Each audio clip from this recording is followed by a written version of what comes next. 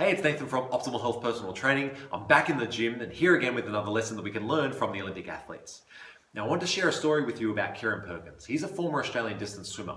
He's a three-time Olympian where in his pet event, the 1500 metres, he won gold at the 92 Barcelona and 96 Atlanta Games and a silver medal at the Sydney Games in 2000. The period of competition between Barcelona and Atlanta is regarded as his most successful, where at the 94 World Championships, he won 6 gold medals and broke 3 world records. Coming out of that period, all he could think about was winning the gold medal in Atlanta. The defending Olympic champion, his sights were set on a second Olympic gold medal and reaffirming to everyone that he deserved his first. The trouble was, though, that Atlanta was still 2 years out, and having a goal that far away can set us up with the wouldn't it be nice or the what if mentality. There's no imperative or drive or sense of urgency to do the things today which will get you closer to that goal. If you don't have that passion to do the things required every single day, 2 years can fly by and all of a sudden you find yourself at the realization that your deadline has arrived and you're not prepared. In Atlanta, the game plan for his heats was the same as always, to go out fast early, to set a good pace, lead from the front and finish strong.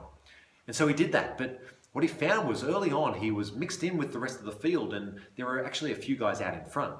He tried shaking them off, he put on bursts and he tried regaining control of the race, but no matter what he did, he could not shake the pack. And so panic began creeping in. He was the defending Olympic champion and he wasn't racing on his terms.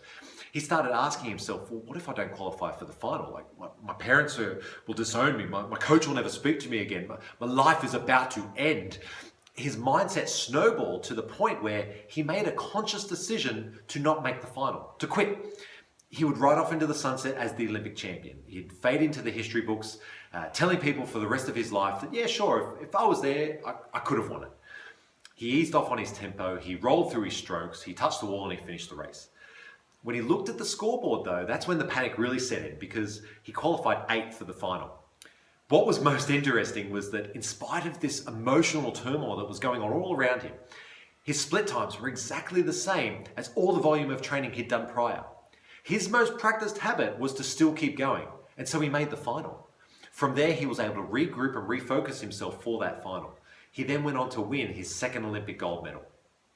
Now, it's a fundamental part of our human DNA, and we cannot escape the fact that in moments of stress, all that we can deliver is our most practiced habit. It doesn't matter who you are, your most practiced habit is what you will deliver, and if you don't do it properly all the time, or you are sporadic in your efforts, when under pressure, you won't do it at all. See, Perkins's volume of training wasn't for fitness. All the hours spent in the pool doing lap after lap after lap, they were not there to improve his fitness, but to improve his worst practiced habit. So in moments of stress, what are your worst practiced habits? Do you still turn up to the gym and grind through your workouts even when you don't feel like it?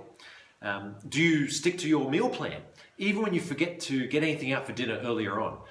And what's your self-talk like? Like the stories you repeatedly tell yourself, if you tell them long enough, eventually it'll become your reality and your ceiling. The great news is that it doesn't matter if you're not there right now because you can start the process of changing your habits today.